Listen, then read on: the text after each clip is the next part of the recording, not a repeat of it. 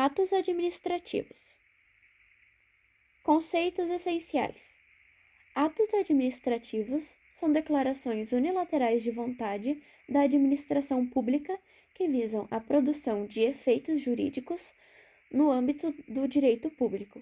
São instrumentos pelos quais o Estado exerce suas funções administrativas e realiza seus objetivos. Não há conflito entre caracterizar os atos administrativos como declarações de vontade e o princípio da legalidade. Esses atos representam a vontade funcional no exercício da função pública, conforme determinado pela lei, e não uma vontade autônoma. Silêncio administrativo.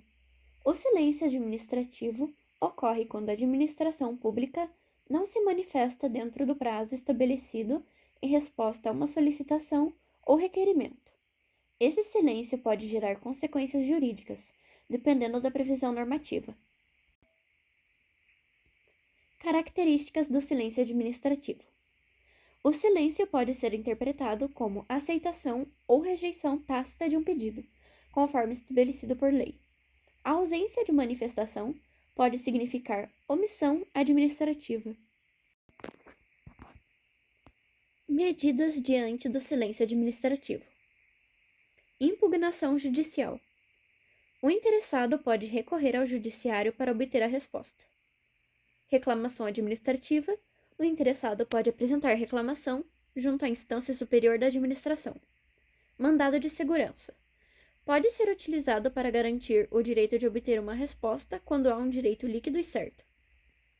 Em determinadas situações, o ordenamento jurídico pode atribuir uma consequência direta ao silêncio administrativo, seja positiva ou negativa, conforme a norma específica. Pressupostos de validade. Os atos administrativos devem atender alguns requisitos para serem considerados válidos. Entre eles, nós temos competência. O ato deve ser praticado por uma autoridade competente. Finalidade. Deve atender ao interesse público. Forma.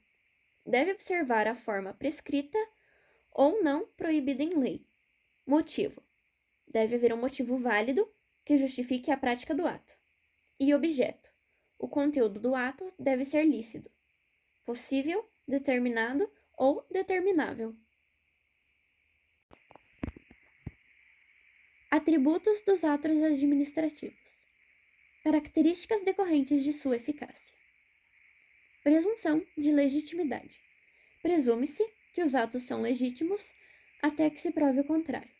Imperatividade. Possibilidade de impor obrigações aos administrados, independentemente de sua concordância.